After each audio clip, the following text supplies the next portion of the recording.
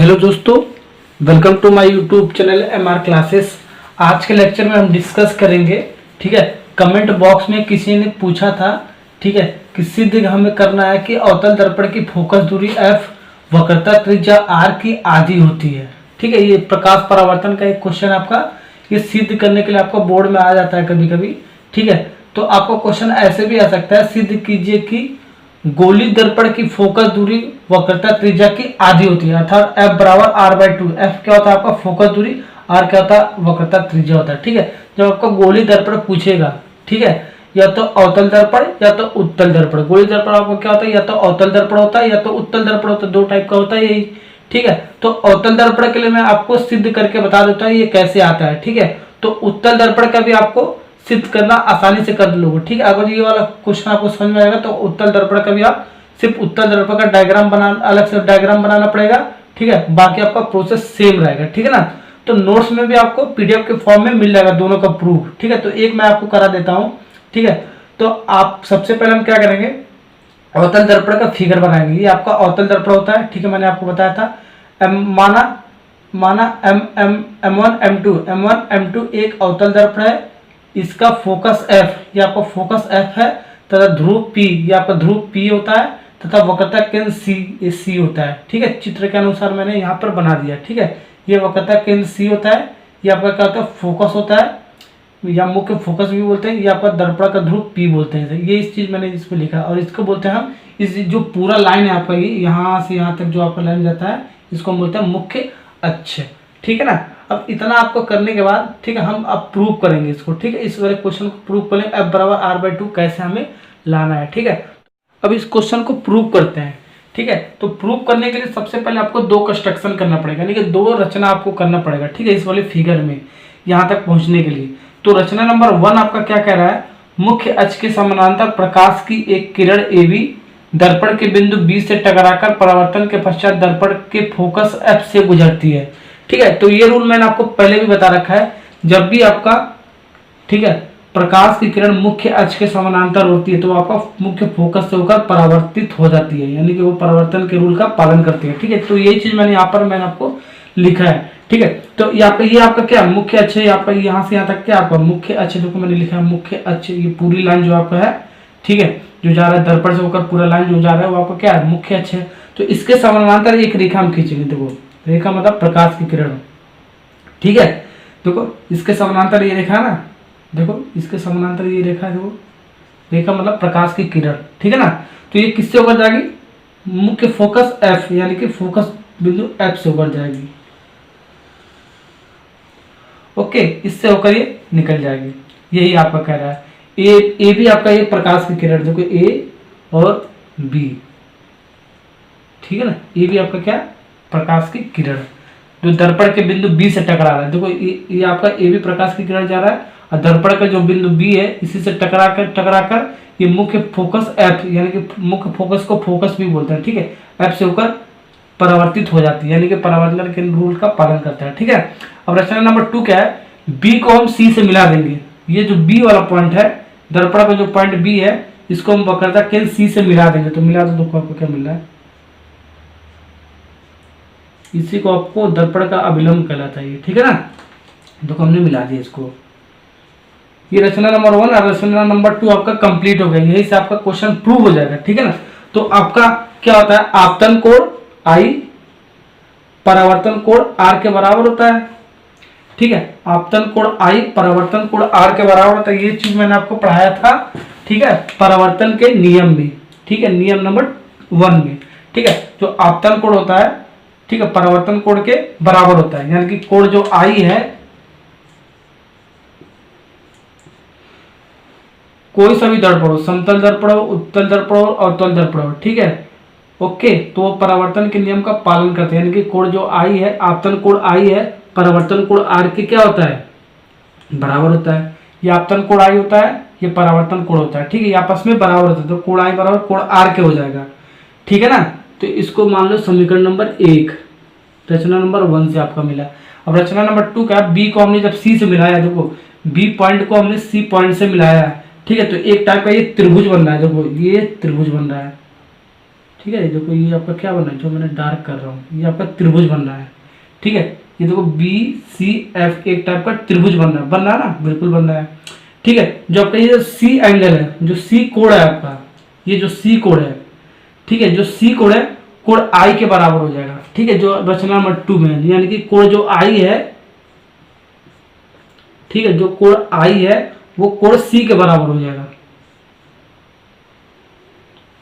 ठीक है, कोण आई कोण सी के बराबर हो जाएगा। क्यों? एकांतर कोण होने के कारण,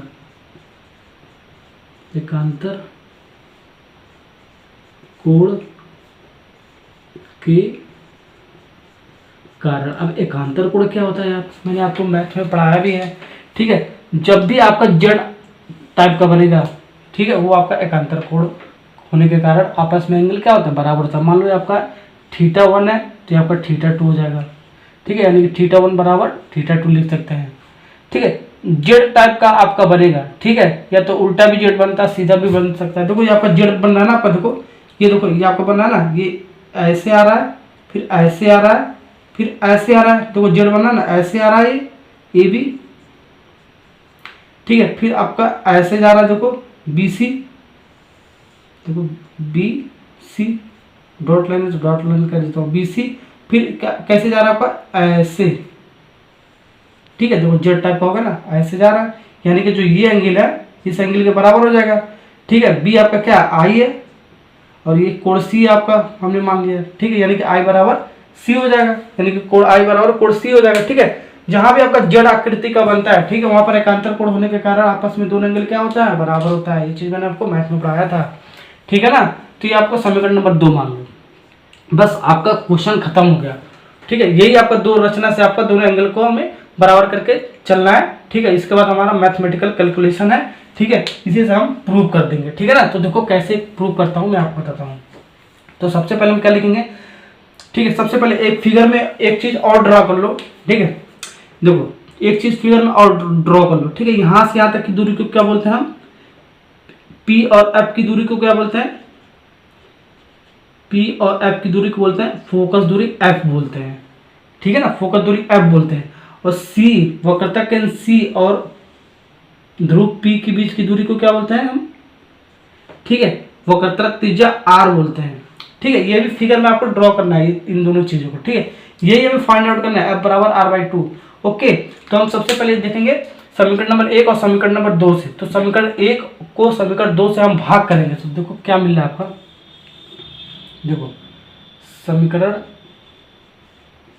1 भागा समीकरण 2, तो भाग करोगे तो क्या आ जाएगा, देखो कोण आई बटे कोण आई बराबर कोण आर बराबर कोण सी आ जाएगा। कोण आई कैंसिल हो जाएगा आपका। ठीक है, यानी कि 1 बचेगा आपका, 1 बराबर क्या लिख सकते हो, कोण आर बराबर कोण सी। ठीक है, यानी कि कोण जो आर है किसके बराबर आ जाएगा, कोण सी के बराबर लिख सकते हो। जो कोण आर है वो हम क्या लिख सकते हैं, कोण सी के बराबर लिख सकते हैं। अब देखो यहाँ पर एक मैथ का कॉन्सेप्ट यूज होगा। ठीक है, यहाँ तक अगर जो आपको समझ में आ गया होगा, ठीक है, यहाँ से आपका एक मैथ का कॉन्सेप्ट यूज होगा। किसी भी त्रिभुज में जब दो कोण आपस में जब बराबर होते हैं तो उसके सामने की भुजाएं क्या होती हैं, बराबर होती हैं।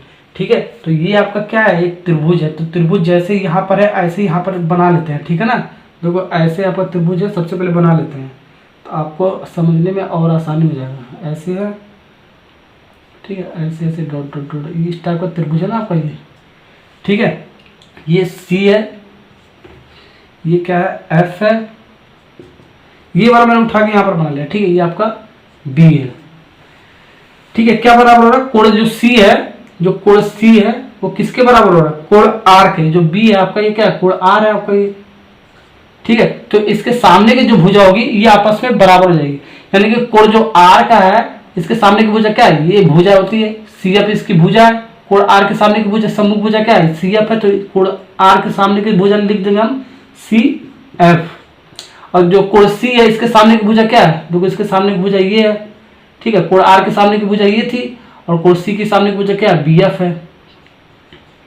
तो आपको एक रीजन आपको लिखना पड़ेगा यहाँ पर। क्या रीजन दोगे, तो आपको स्टेटमेंट में आपको लिखना पड़ेगा। ठीक है, ये चीज हमने जो आपका दो कोण समान है तो दो भुजाएं कैसे मैंने आपको बराबर किया है, ठीक है। तो लिखना पड़ेगा, जो मैंने आपको त्रिभुज बनाकर मैंने आपको बताया था, त्रिभुज के समान कोणों के सामने की भुजाएं भी समान होगा। अगर जो त्रिभुज के दो कोण आपस में बराबर हैं, ठीक है, तो उनकी जो सामने की जो भुजाएं होंगी वो आपस में बराबर हो जाएंगी, ठीक है। यही तो मैंने आपको बताया अभी, ठीक है ना। तो इतना हो गया ना, इसको हम समीकरण नंबर 3 मान लेते हैं। ओके, समीकरण नंबर इसको हम 3 मान लेते हैं। अब देखो इसके बाद क्या करेंगे, ठीक है, एक और चीज आपको करना है, उसके बाद क्वेश्चन आपका खत्म हो जाएगा। यदि बिंदु बी दर्पण के ध्रुव पी के निकट हो, यानी कि ये जो बी है ये दर्पण का ध्रुव जो पी है इसके समीप आ जाए, एकदम पास में आ जाए, तो ये केस आ जाए तो हम क्या लिखेंगे उसको देखते हैं सबसे पहले, ठीक है। इसके बाद हम कंपेयर करके क्वेश्चन सॉल्व कर लेंगे। ये वाला फिगर मैंने आपको बना लिया, देखो ये बी पी एफ वाला मैंने बना लिया त्रिभुज, देखो बी पी एफ वाला बना लिया और अवतल दर्पण भी बना लिया। देखो अवतल दर्पण बना लिया, बी एफ पी का हमने रिलेशन वाला ये फिगर बना लिया, ठीक है। क्यों बनाया अभी मैं आपको बताता हूँ, ठीक है।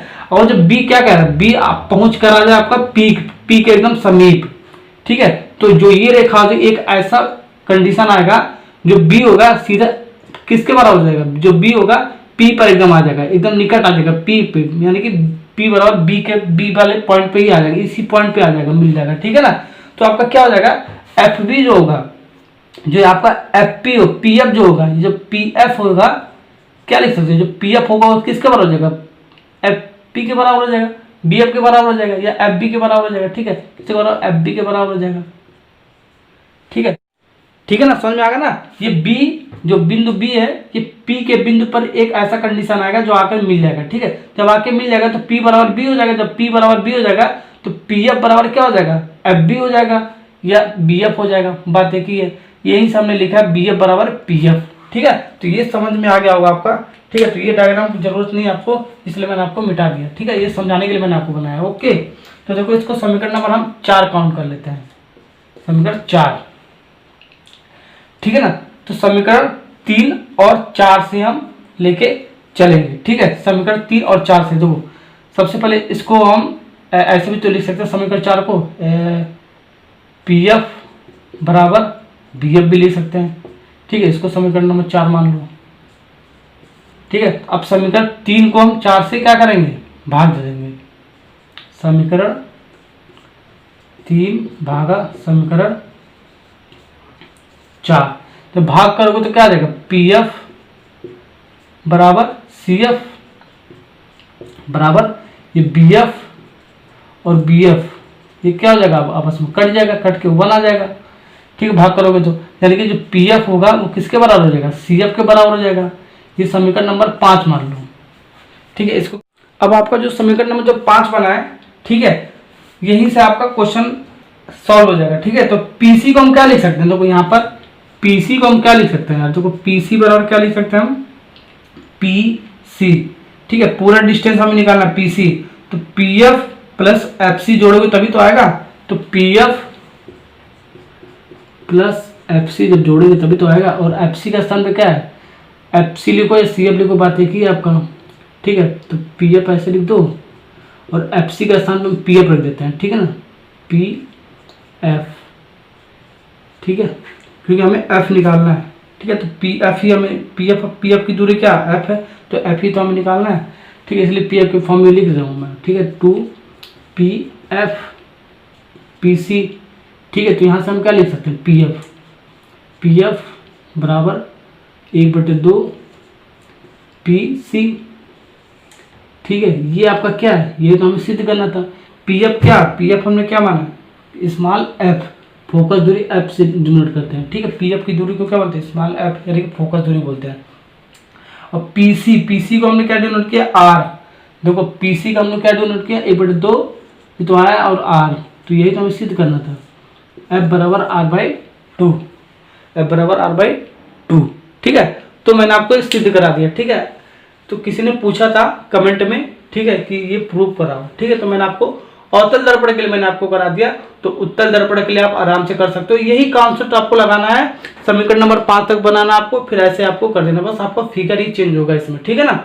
और सारा कॉन्सेप्ट आपका एक ही लगेगा। Okay, thank you.